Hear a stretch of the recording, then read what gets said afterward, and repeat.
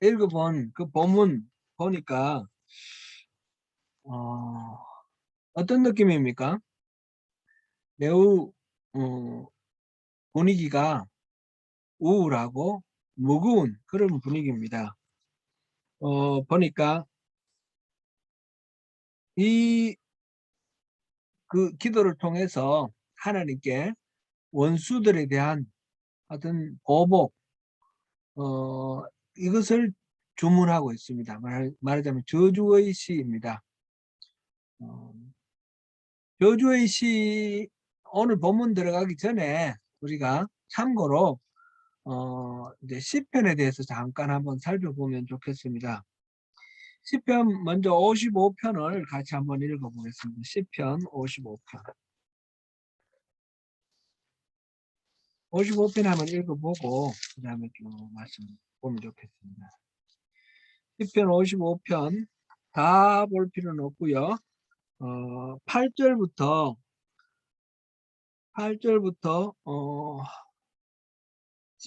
18절까지 18절 19절까지 보겠습니다. 8절부터 19절까지.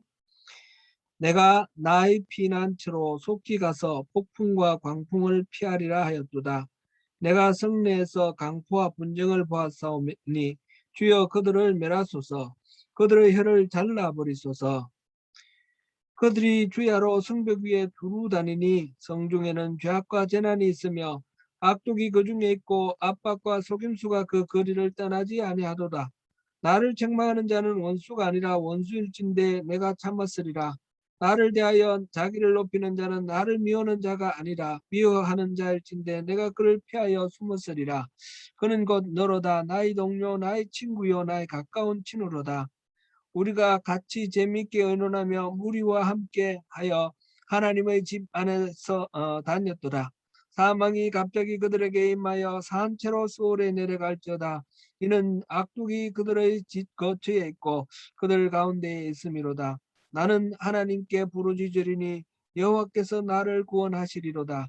저녁과 아침과 정오에 내가 근심하여 탄식하리니 여호와께서 내 소리를 들으시리로다. 나를 대적하는 자 많으니 나를 치는 전쟁에서 그가 내 생명을 구원하사 평안하게 하셨도다. 옛부터 계시는 하나님이 들으시고 그들을 낮추시리이다. 셀라. 그들은 변하지 아니하며 하나님을 경외하지 아니함이니이다. 아멘. 시편에는 150편이 있죠. 시편이 많은 시들이 있는데 모세로부터 시작해서 포로 귀환기에까지 한 1000년에 걸쳐서 수많은 시인들이 쓴 시를 모아놓은 책이 시편입니다. 그런데 이 시편에는 참 여러 가지 내용들이 있죠. 내용을 가지고 분류를 하는데 찬양, 또 송영부터 송영, 찬양, 탄식, 탄식시, 제왕시, 지혜시, 저주시, 감사시 이렇게 여러 가지 내용들이 있습니다.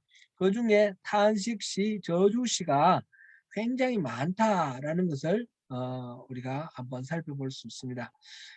감사, 찬양 이게 더 많을 것 같죠. 우리 시편에. 그런데 개수로 따지면 탄식시, 저주시가 더 많다는 겁니다. 제일 많은 게 탄식시입니다.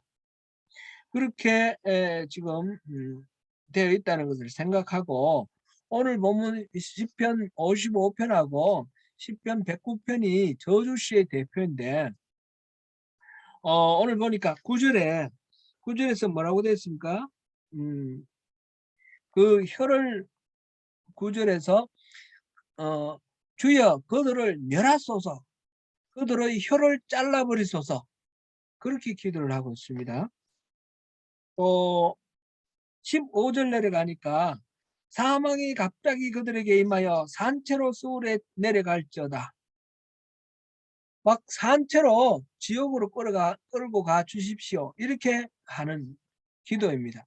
하나님께 기도를 하는데 이 사람들이, 이 원수들이 얼마나 원망스럽고 얼마나 포안해졌으면 이렇게 어, 갑자기 죽어버렸으면 좋겠습니다. 멸망시켜 주십시오. 혀를 잘라버리십시오. 이 말은 무슨 말입니까? 그 혀를 통해서 내가 너무너무 많은 비방과 모욕을 당했다는 거죠. 그런 식으로 저주를 합니다.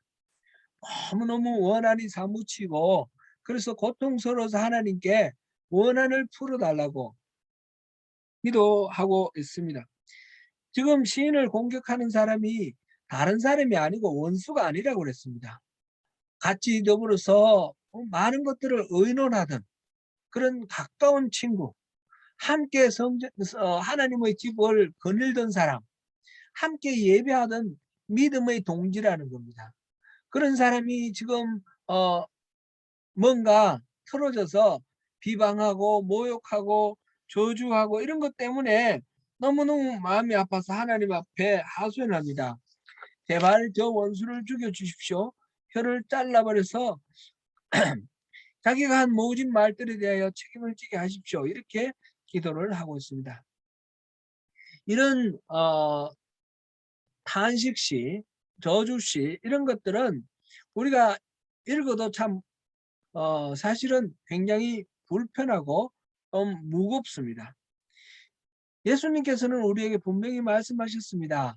원수를 사랑하라 하셨죠. 그리고 형제에게 노하는 자마다 심판을 받게 되고 형제를 락하라 하는 자는 공회에 잡혀갈 것이고 형제를 미련한 놈이라 하는 자는 지옥불에 던져질 것이다. 이렇게 말씀하셨어요. 그러니까 형제에게 그렇게 하는 것도 그렇고 원수를 사랑하라 그랬는데 우리가 누구를 원망하고 저주하는 이런 것들을 하나님 앞에 기도를 할 수 있을까? 우리는 그런 생각 때문에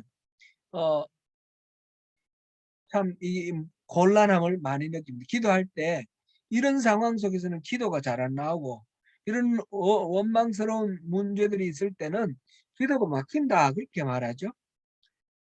우리 인생에 이런 원망과 저주가 있을 만한 그런 상황이 안 일어나면 제일 좋겠습니다. 여러분 모두에게 우리 모두에게 그런 일이 일어나지 않기를 바라면서 축복합니다.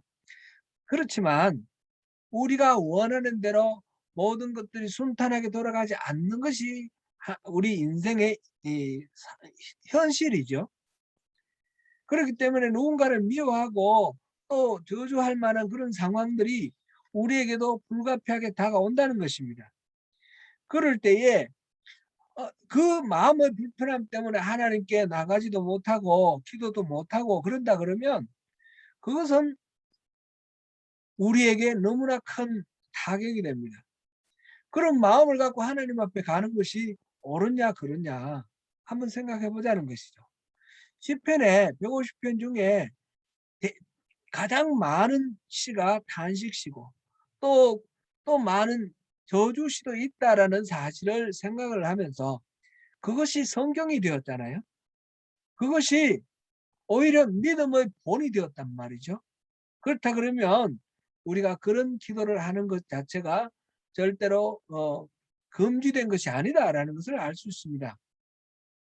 하나님께서는 우리가 마음 상한데도 안 상한 척, 막 마음속에 원망이 가득 차 있는데도 안 그런 척 이렇게 거짓으로 살아가는 것보다 솔직하게 있는 그대로 하나님 앞에 다 토해내기를 바라십니다.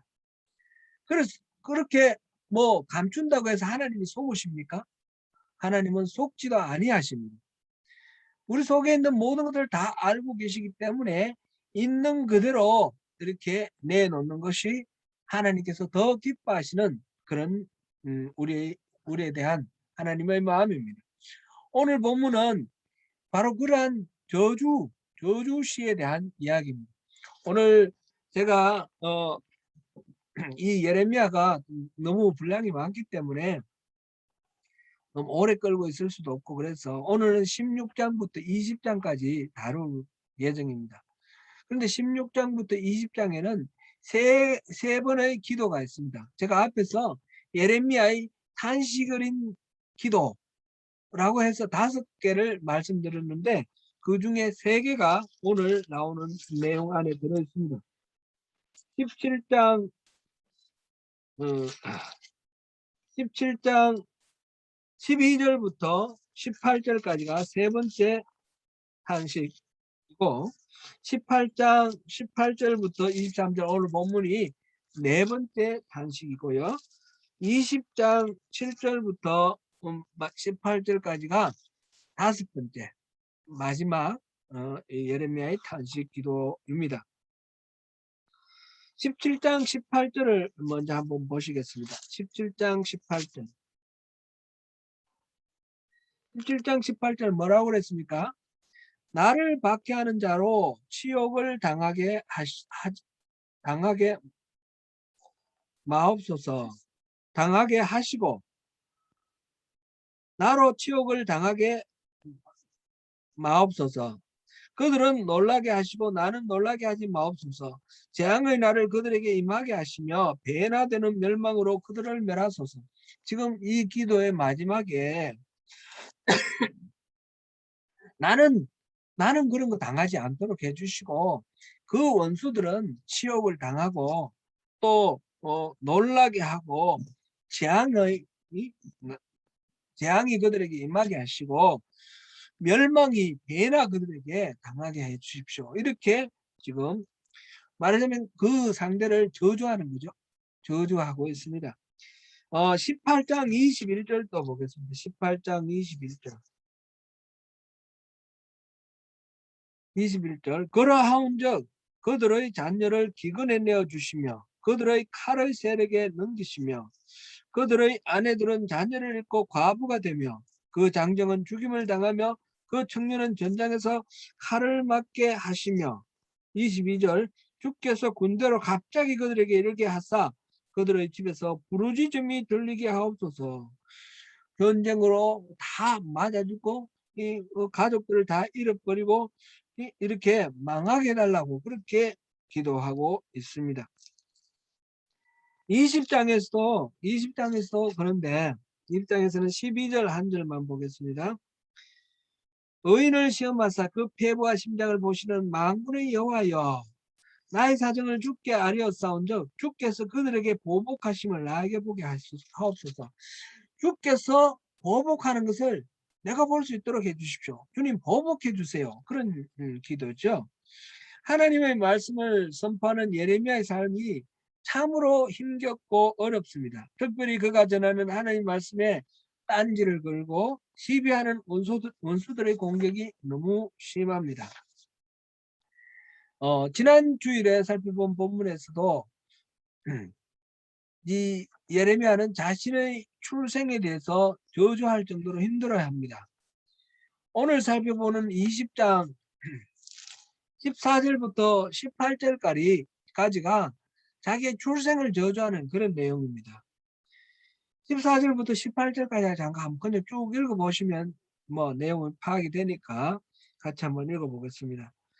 내 생일이 저주를 받았다면 나의 어머니가 나를 낳던 날이 복이 없었다면 나의 아버지에게 소식을 전하여 이르기를 당신이 덕남하였다 하여 아버지를 즐겁게 하던 자가 저주를 받았다면 그 사람이 여호와께서 무너뜨리시고 후회하지 아니하신 성읍같이 되었다면 그가 아침에는 부르짖는 소리 낮에는 떠드는 소리를 듣게 하였다면 좋을 뻔하였나니 이는 그가 나를 태워서 죽이지 아니하였으며 나의 어머니를 내 무덤이 되지 않게 하셨으며 그의 배가 부른 채로 항상 있지 않게 하신 까닭이로다.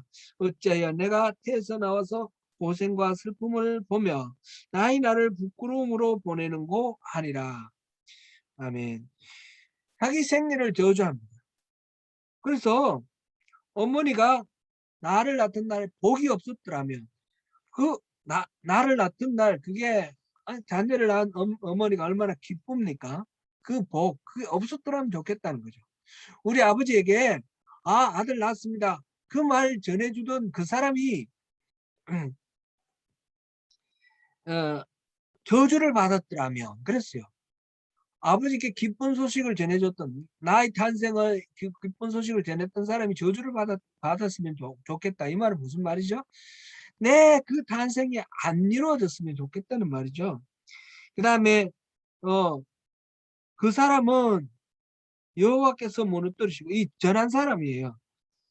그 무너뜨리시고 후회하지 아니하신 성읍같이 그 예루살렘을 무너뜨리시고 후회하지 아니하셨던 그것을 지금 얘기합니다. 그런 것처럼 그렇게 망해버렸더라면 아침에는 부르짖는 소리, 낮에는 떠드는 소리를 듣게 했더라면 이 이제 비참한 멸망의 멸망을 겪었더라면 그러면 더 좋았겠다는 거죠. 이런 일이 일어나지 않고 결국 내가 태어나고 오늘까지 자랐는데 왜 그렇습니까?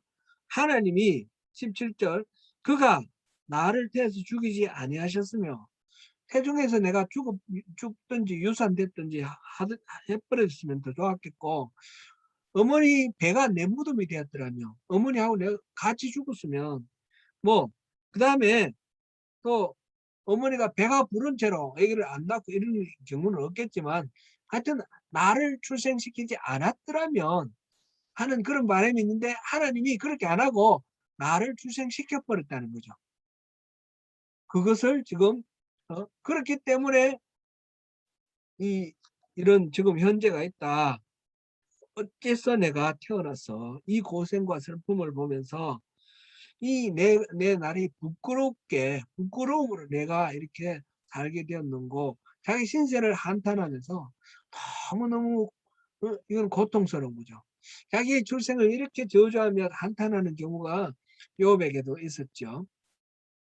앞에서 우리가 살펴본 15장 18절에 보니까 15장에서도 그런 얘기가 있었죠. 제가 몇 절인지 잊어버렸습니다. 자기 탄생을 그렇게 한 게 있었습니다. 이런 식으로 자기의 생리를 저주하고 자기의 그 출생에 대해서 그걸 둘러싸고 엄마가 기뻐하고 아빠가 기뻐하고 주변 사람이 기뻐하는 모든 것들이 없었더라면 더 좋았겠다. 이렇게 말하는 이유는 지금이 너무 고통스럽고 원망스럽고 저주스럽다. 그게 너무 사무친다. 그런 이야기입니다. 이런 거를 하나님께 아뢰고 있습니다. 하나님 왜 나를 안 죽여버리고 낳게 태어나게 하셨습니까? 그런 이야기죠. 오늘 우리가 살피고 있는 이 세 편의 기도시, 왜 이런 기도시가 나왔는가? 그것도 잠깐만 한번 살펴보겠습니다. 17장에 이 기도시가 나오기 전에 16장 이야기를 좀 보면 하나님께서 말씀하셨어요. 16장 하나님께서 13절에 보니까 그냥 3절 2절에 너는 땅에서 아내를 맡지 말며 자녀를 두지 마라. 결혼하고 자녀 낳고 이렇게 하지 마라. 그것 자체가 다 고통의 씨앗이 된다는 거죠. 왜냐하면 가족이 없으면 너만 죽으면 그만인데 아내가 있고 자식이 있으면 그로 인해서 얼마나 고통이 커지느냐 이거죠. 하나님께서 그렇게 말씀하시는 겁니다. 장가도 가지 말고 자식도 낳지 마라. 그게 차라리 낫다. 그런 이야기를 하십니다. 그러면서 뭐 질병과 기근 이런 것들로 이제 죽게 될 거다. 그런 이야기 하시고 그렇게 죽었을 때 그 시체를 공중의 새와 짐승들이 뜯어먹게 될 것이다. 그런 이야기를 하십니다.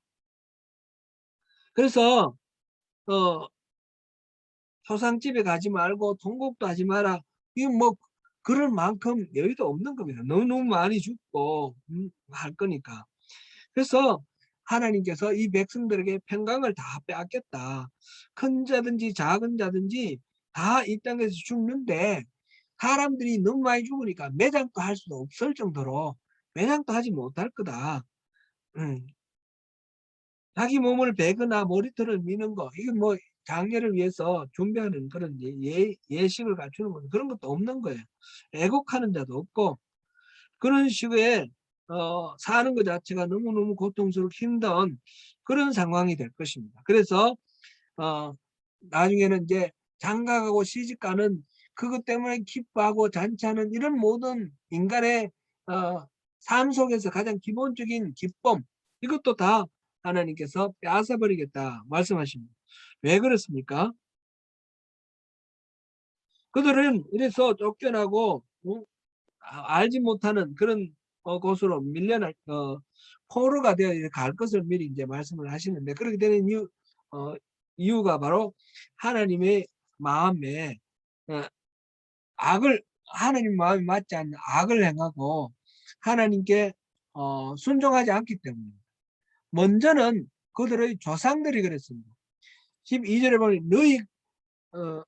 11절에 너희 조상들이 나를 버리고 다른 신을 섬겼다 그랬고요. 12절에 보니까 너희가 너희 조상들보다 더 심했다 그렇게 말씀하십니다. 그렇기 때문에 이런 모든 불행한 일들이 일어날 거다. 그래서 포로로 끌려갈 텐데, 그러나 14절 15절 하나님께서 그래도 이들을 긍휼히 여겨서 포로에서 귀환할 것까지 말씀하십니다. 그러나 악과 죄에 대해서는 배나 갚겠다. 이게 이제 16절부터 18절까지 말씀이고요. 19절부터도 예레미야의 기도가 나오는 데서 하나님께 용서를 구하는 거죠. 이렇게 이제 하나님께 기도를 하는데 이제 거기에 대해서 하나님께서 이제 주시는 말씀이 17장 말씀입니다.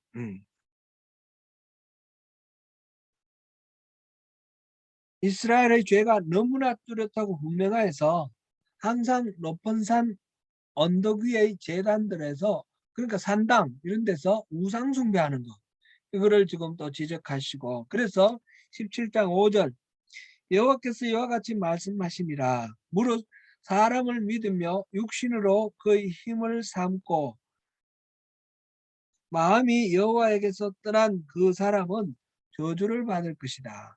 자기의 힘을 의지하고 하나님을 떠난 사람은 저주를 받을 것이다. 그리고 반면에 이제 그런 사람은 저주를 받아서 사막의 나무 떨기 같아서 뭐 광야하고 건조한 곳, 근근한 땅, 사람이 살지 않는 땅 같이 메마르고 아무 소출이 없는 그런 상황이 될 거라는 거죠. 그리고 그 반면에 7절 8절은 하나님을 의지하고 돌아오는 사람, 여호와를 의뢰하는 사람은 복이 있을 것이다. 그 여호와를 의지하는 사람은 물가에 심어진 나무같이 뿌리를 강변에 뻗치고 더위가 오더라도 시들지 아니하고 잎이 청청하며 가무는 해도 걱정하지 않는, 이 시편 34편에 나오는 말씀이죠. 그렇게 시편 말씀을 인용을 하면서 그렇게 이야기하고 있습니다. 1장 3절 말씀도 그렇고요. 시편 1편에 그 말씀을 인용을 하면서 물가에 심어진 나무가 가물어 마르지 않고 시절을 조차 열매를 맺는다 한 그 말씀과 같은 표현입니다. 그렇게 하나님을 의지하는 자에게는 복을 받을 것이다. 이렇게 하나님께서 옵션을 2개를 주십니다. 그리고 어떻게 할래?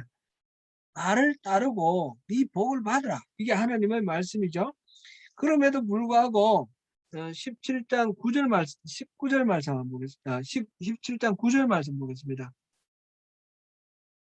만물보다 거짓되고 심히 부패한 것은 마음이라 누가 이것을 알려 그렇습니다. 마음이 부패해가지고 하나님의 말씀을 따르지 않습니다. 그래서 나오는 게 예레미야의 단식시인데, 예레미야가 지금 13절을 보니까 이스라엘의 소망이신 여호와여, 무릇 주를 버리는 자는 다 수치를 당할 것이라. 무릇 여호와를 떠나는 자는 흙에 기록이 되오리니 이는 생소에 거느리신 여호와를 버림이니다. 그랬어요. 이거는 지금 여호와를 떠나는 자는 흙에 기록된다. 이게 무슨 말 같습니까? 이름을 땅바닥에 이렇게 흙이 먼지 이런 게 있는데다 거기다 이름을 쓴다. 그러면 어떻게 되죠? 바람이 불면 그냥 날아가 버리죠. 그럼 그 이름이 남아있지 않죠. 왜냐하면 그들은 생수의 근원이신 여호와를 버렸기 때문에 여호와로부터 오는 그 생명, 그 생명의 물이 끊겨버렸으니까 생명이 없는 거죠. 그래서 금방 잊혀져 버린다는 겁니다. 하나님을 떠나는 자는 흙에 기록된 거와 흙에 기록된 그런 존재가 됩니다. 이 반대되는 말은 우리 빌립보서 4장 3절에 나오는 그 말씀이죠. 생명책에 이름이 기록되어 있다 그랬죠. 생명책에 기록돼야 되지 흙바닥에 기록해 가지고는 아무 소용이 없는 겁니다. 허망한 것을 지금 묘사를 하고 있습니다. 예레미야에게 사람들이 조롱을 합니다.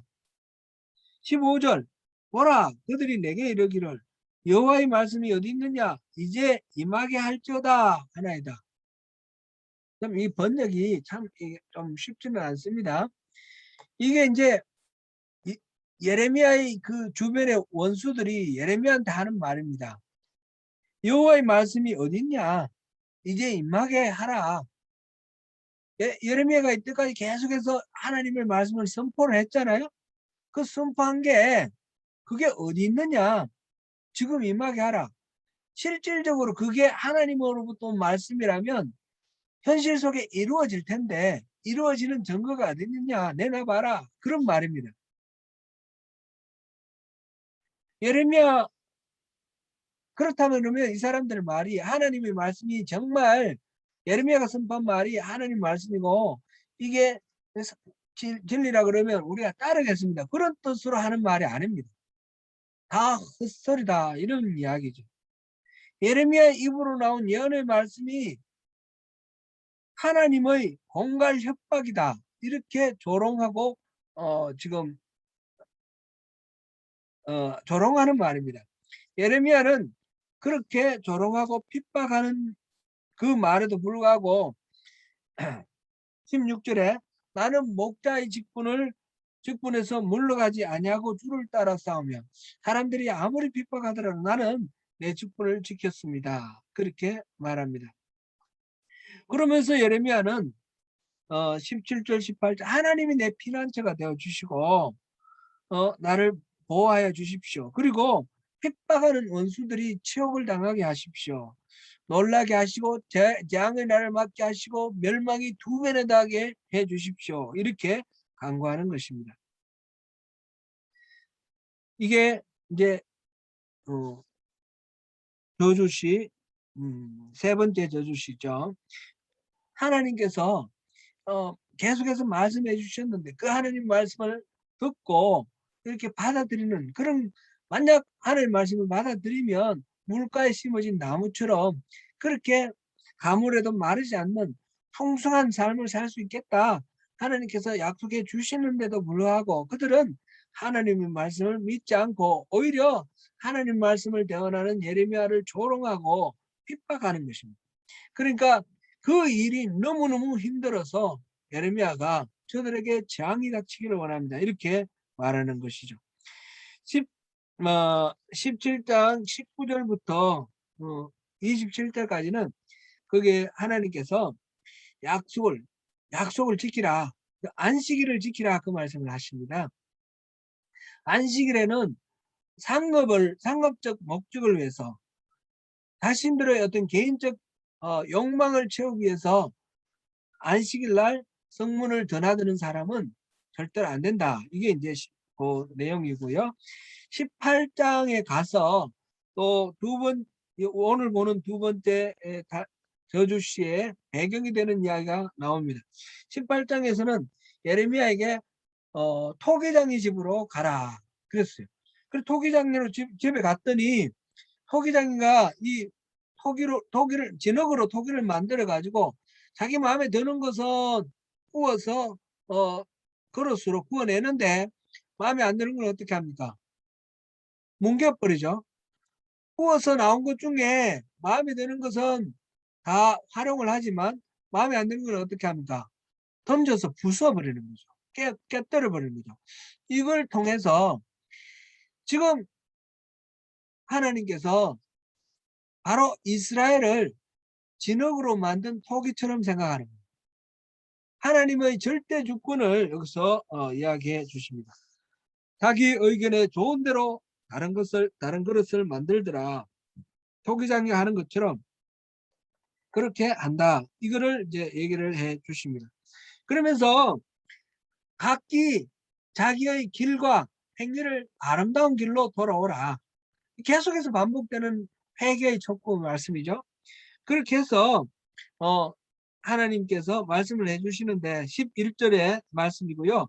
12절에 그 말을 듣는 이스라엘 백성들의 반응이 나와 있습니다.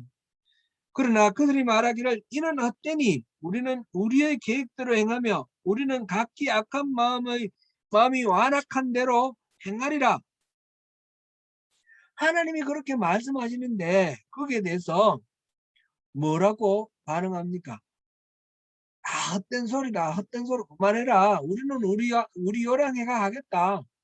내 방식대로 알아서 할 테니까 가만히 있으라. 하나님도 가만히 계세요. 그런 이야기. 자기가 원하는 대로 계획대로 하겠다. 그런 이야기입니다. 여기에 대해서 이제 탄식 시가 18절부터 나오는 거죠. 18절부터 세 번째 탄식 시가 나옵니다.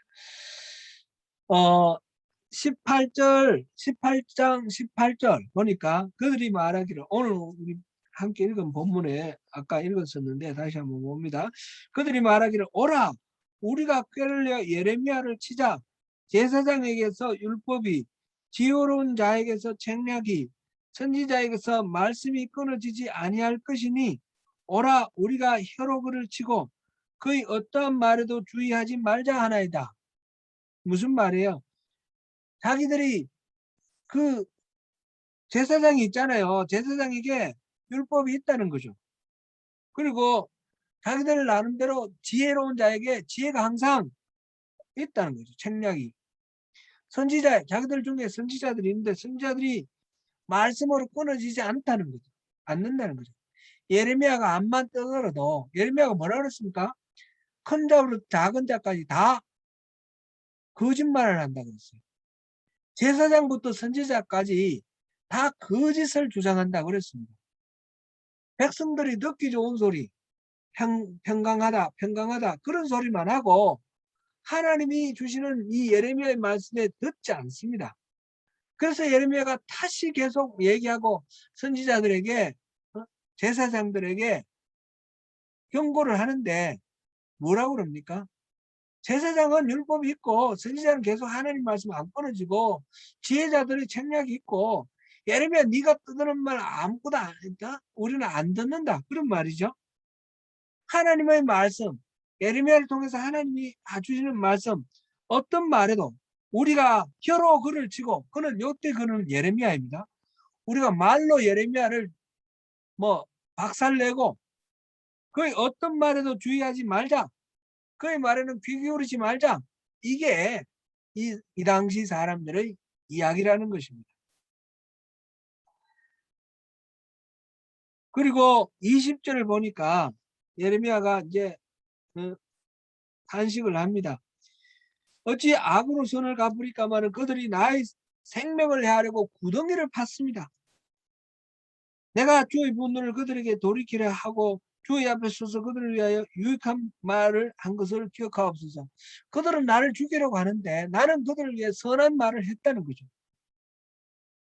그런데 그들은 나를 계속해서 하나님 말씀 듣지 않고 이렇게 죽이려고 하니 이 구덩이를 봤다는 것은 말하자면 문학적인 어떤 수사로 볼 수도 있습니다. 함정을 파고 덫을 놓았다. 그렇게 볼 수도 있고 실질적으로도 이 그 38장에 보면 시드기야가 예레미야를 잡아서 감옥들 있는 구덩이를 파서 그 안에 집어 던지는 이야기가 나옵니다. 그런 식으로 구덩이를 파서 죽이려고 한 그런 계획까지도 포함된다. 이렇게 우리가 보면 되겠습니다. 이렇게 예레미야를 잡아먹는 이 핍박자들 그들의 위협을 지금 쓰고 있습니다. 예레미야는 그래서 21절 22절 우리가 아까 앞에서도 봤듯이 저주를 하고 있습니다. 자녀들을 기근에 내주라. 하나님께 그렇게 강구하는 겁니다. 칼의 세력에 넘겨주세요. 그 아내들은 자녀를 잃어버리고 남편을 잃어서 과부가 되고 홀로 되게 하세요. 여자가 자식 없고 남편 없으면 그거는 뭐 옛날에는 생존이 불가능한 그런 상황이죠. 과부들은.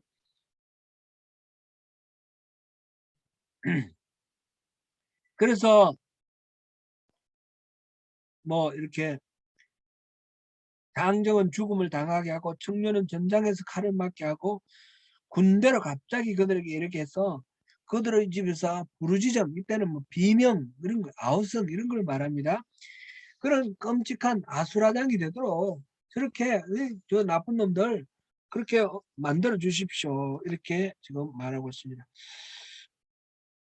이런 저주를 하는 그런 기도를 하나님께 올리고 있는데 하나님께서 그러면 여기에 대해서 어떻게 반응하시는가?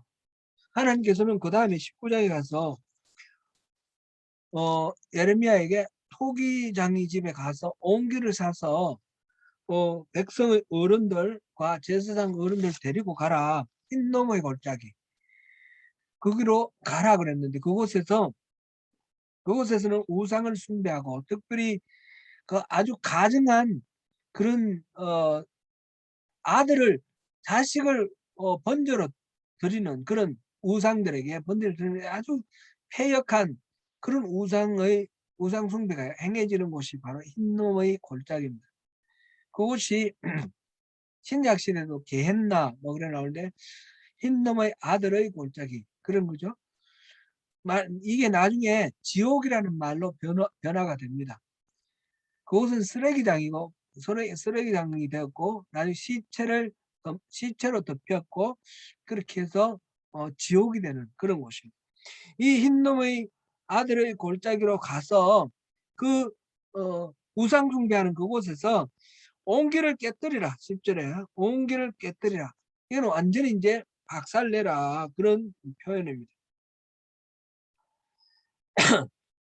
그 온기가 하늘 토기장의 뜻에 따라 빚어지고 파손되었듯이 우리 개개인의 인생이나 또는 이스라엘 민족이나 그 유대 민족이나 이스라엘 나라나 그 운명이 전적으로 하나님의 손에 달려 있다라는 것을 보여주시는 겁니다.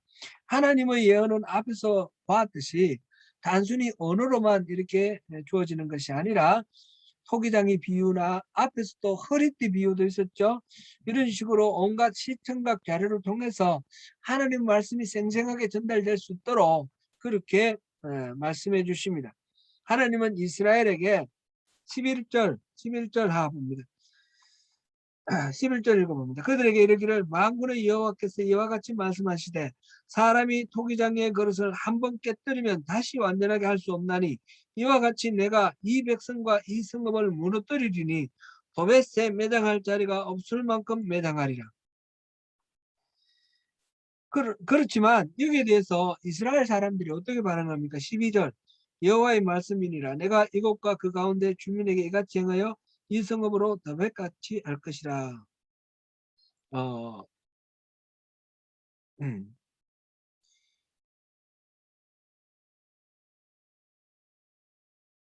거기는 제가 하여튼 이들은 그들의 말 하나님이 행하는 말씀에 듣지 않습니다.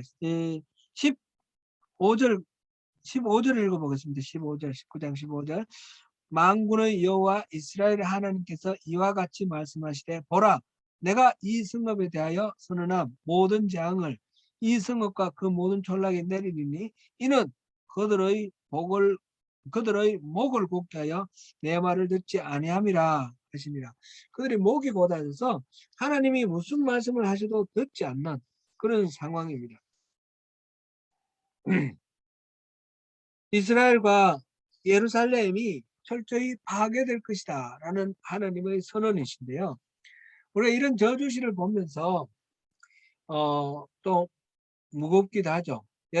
이 예레미야가 좀 하나님께서 동행하시겠다고 약속하셨고 놋성벽처럼 만들어 주겠다고 하셨으면 대적들이 덤비지 못하게 하시고 하나님의 말씀을 전하셨을 때 그대로 이렇게 사람들이 다 듣게 그렇게 말씀해 주시면 얼마나 좋겠습니까?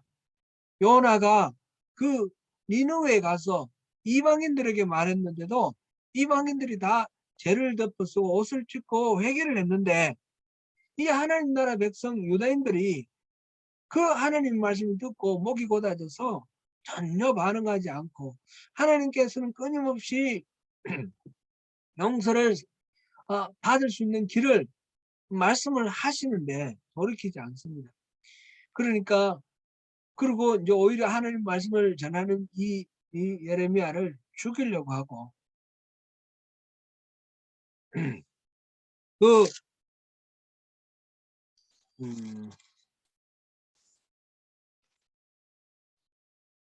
20장 지금 곧 조금 있다가 우리가 살펴볼 여기 보면요. 아스울이라는 제사장이 나옵니다. 그 제사장이 이제 막 이렇게 죽이려고 하는 그런 장면이 나옵니다. 그런 일들이 예레미야에게 끊임없이 이루어지니까 앞에서 말로도 치기도 하고 여러 가지로 있죠. 이런 상황 속에서 저주하는 그런 시까지도 지을 정도로 그렇게 하나님께 간구할 정도로 이렇게 갔습니다. 우리가 앞에서도 그런 말씀 드렸듯이 예수님께서는 원수를 사랑하라 하셨고 형제들을 미워하지도 마라 하셨는데 이런 저주가 나오고 원한이 가득한 것을 어떻게 처리해야 어떻게 해결을 해야 됩니까? 성경에 이런 것이 여러 군데 있고 이런 탄식시 저주시가 있다는 것을 통해서 우리가 하나님 뜻을 어떻게 하려야 합니까? 우리가 정직하고 솔직하게 우리 안에 있는 그 감정을 다 내놓고 쏟는 것은 타당하다 할지라도 그러나 우리가 알아야 될 부분이 있다라는 것입니다. 이 탄식시와 저주시, 시편에 나오는 모든 것들 보면 저주를 다 하고 난 뒤에 탄식을 하고 난 뒤에 마지막에 하나님을 찬양합니다. 탄식시 보면 다 그렇습니다. 오늘 여기 본 우리 예레미야서에서 여기서 우리가 하나의 특징을 찾아보는 것은 이 마음속에 있는 원망을 하나님께 다 쏟고 하나님께 있는 솔직하게 저주를 하고 그러고 끝난다는 것입니다. 로마서 12장 19절을 우리 한번 찾아볼까요? 로마서 12장 19절.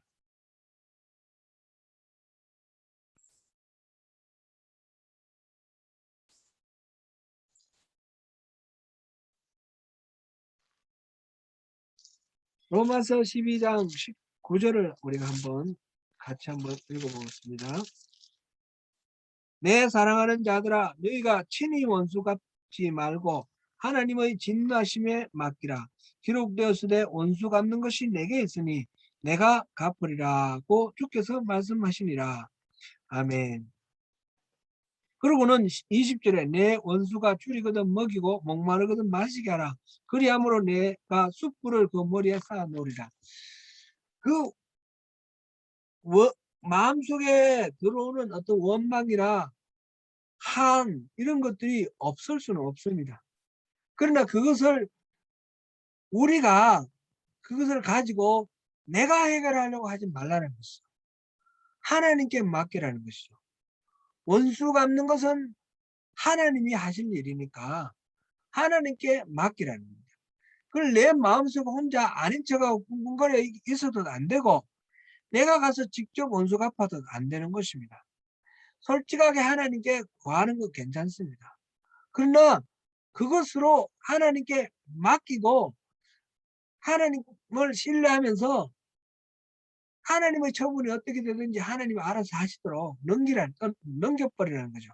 우리가 용서하지 못하는 이유가 뭡니까? 그 사람이 잘 되면 안 되는데 하나님 꼭 벌 주셔야 되는데 하나님 벌 안 주실까 봐 하나님이 용서해 버리실까 봐 그게 우리 마음에 불편한 거예요. 근데 그 모든 것들을 하나님께 맡기라는 것이 이 로마서 12장 19절 말씀이고 이게 하나님이 우리를 위하여 주시는 복음입니다. 우리 마음속에 그런 내가 원수 갖고자 하는 마음, 내가 뭔가 해결을 해야 되겠다라는 마음이 남아 있으면 우리는 그 원한과 그 고통, 그 미움의 감정 속에서 헤어나지를 못하는 거죠. 그렇게 그 미움의 감정, 원한의 감정에 갇혀서 고통하고 살지 말고 그 모든 것들을 하나님께 맡기라는 것입니다. 그래서 탄식시, 그래서 저주시가 성경으로 되는 겁니다. 저주하는 것이 좋다, 하나님을 원망하는 것이 타당하다, 이 말이 아니라 그 마음속에 쌓인 것들을 하나님께 다 풀고 그 다음에 네가 더 이상 갖고 있지 마라, 하나님께 맡기라. 그러면 하나님은 그 모든 것들을 해결해 주실 수 있는 신실하신 분이라는 것을 믿으라는 겁니다. 하나님을 못 믿어서 내가 꼭 뭔가 해결을 봐야 될 것 같이 생각하는 것, 그것이 우리를 고통과 절망 속으로 가두어 놓는 그런 문제가 될 것이니까 그것을 내려놓으라, 그 말씀입니다. 그러면서 우리가 할 거는 뭡니까? 그 원망과 저주 속에서도 우리가 하나님이 그 말씀을 하게 하시는 그 목적, 그것만 붙들으라는 것입니다. 그게 20장의 내용입니다. 20장 앞에 잠깐 말씀드렸듯이 그 바스울이라는 제사장이 성전 총책임자인데, 말하자면 종교적 지도자이기도 하고 이때는 정치, 재정 일치식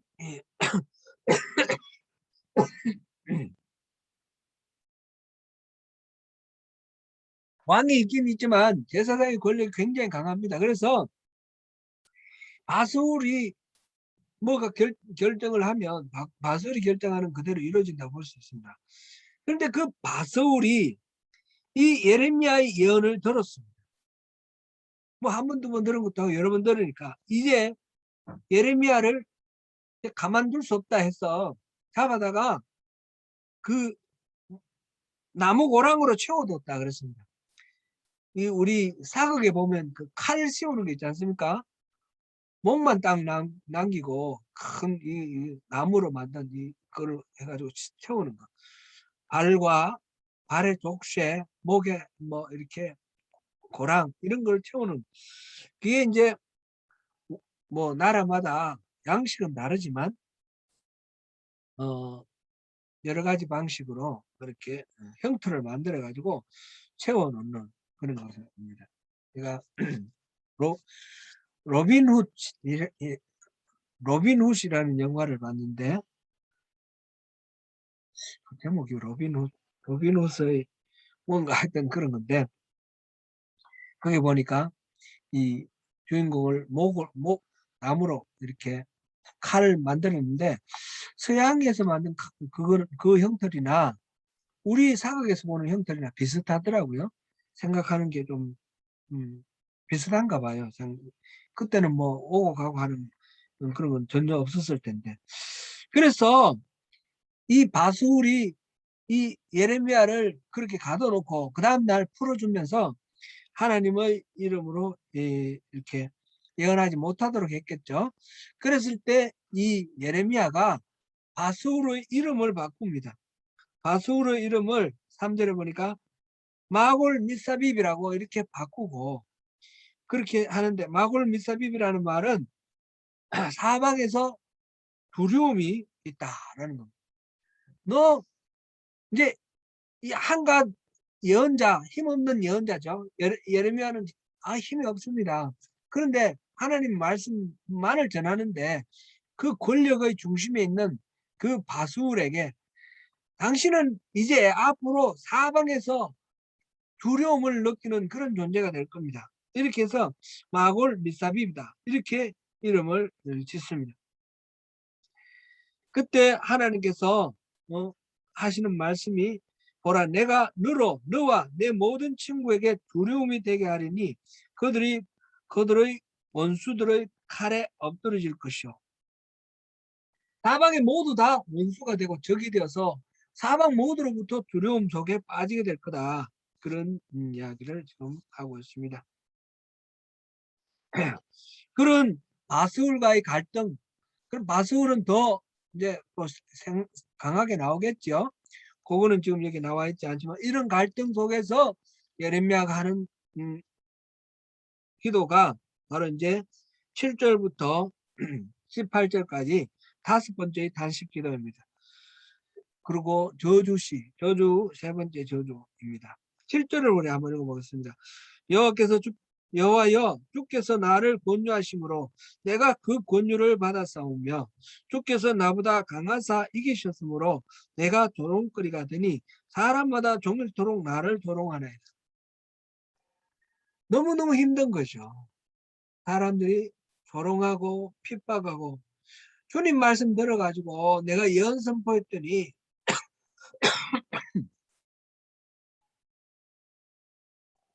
그 결과로 너무너무 힘듭니다. 그 말을 하는데 여호와여 주께서 나를 권유하심으로 주님이 내한테 권하셔서 내가 이렇게 됐습니다. 그런데 이 권유하심으로라는 말이 원래는 속이다, 꾀다 그런 뜻입니다.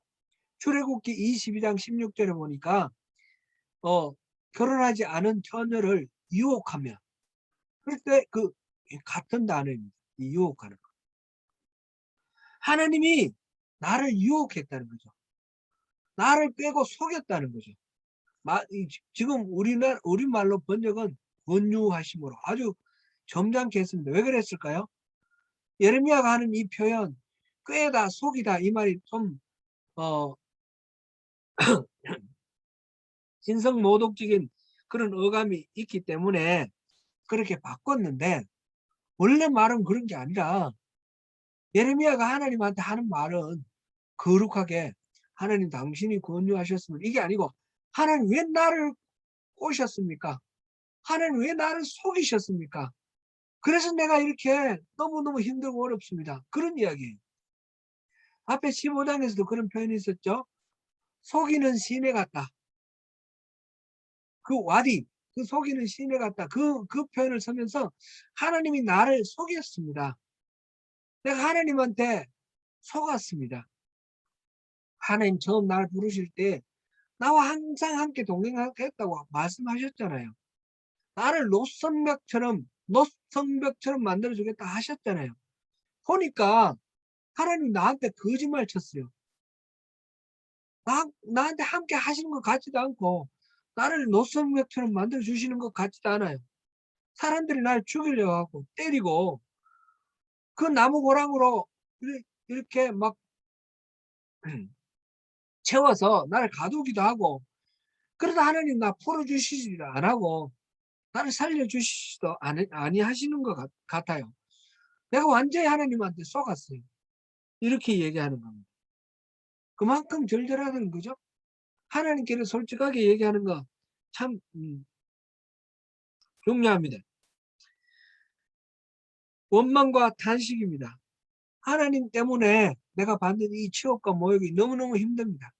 그래서 마음속으로 결심을 했습니다. 예레미야가. 이제 하나님의 이름으로 예언 안 하겠습니다. 하나님 말씀하시는 거 나 이해 선포하지 않겠습니다. 이제 하나님 뭐라 하셔도 나 안 속겠습니다. 하나님 이제 그만하세요. 그냥 나 내버려 두세요. 그랬습니다. 그러고 난 뒤에 이 예레미야가 못 살겠는 거예요. 그게 9절 말씀입니다. 같이 한번 읽어보겠습니다.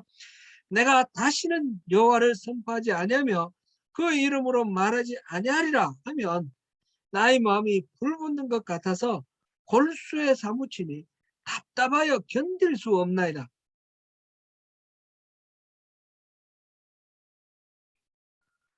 아이고, 너무 힘들어서 하나님께 이제 다시는 안 속겠다고 그러고 이제 막 하나님 말씀 안 전하겠다고 그랬더니 그러면 편해야 되는데 그게 아닌 왜 그렇습니까?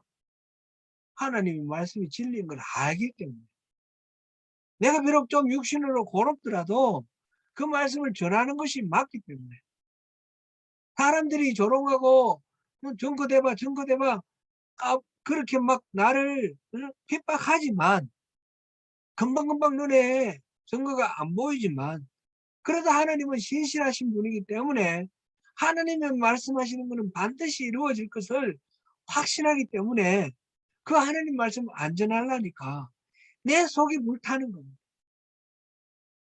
내 사람들 핍박하는 거 싫어서 좀 편하려고 말 안 하고 가만히 있으려고 그랬더니 더 불편합니다.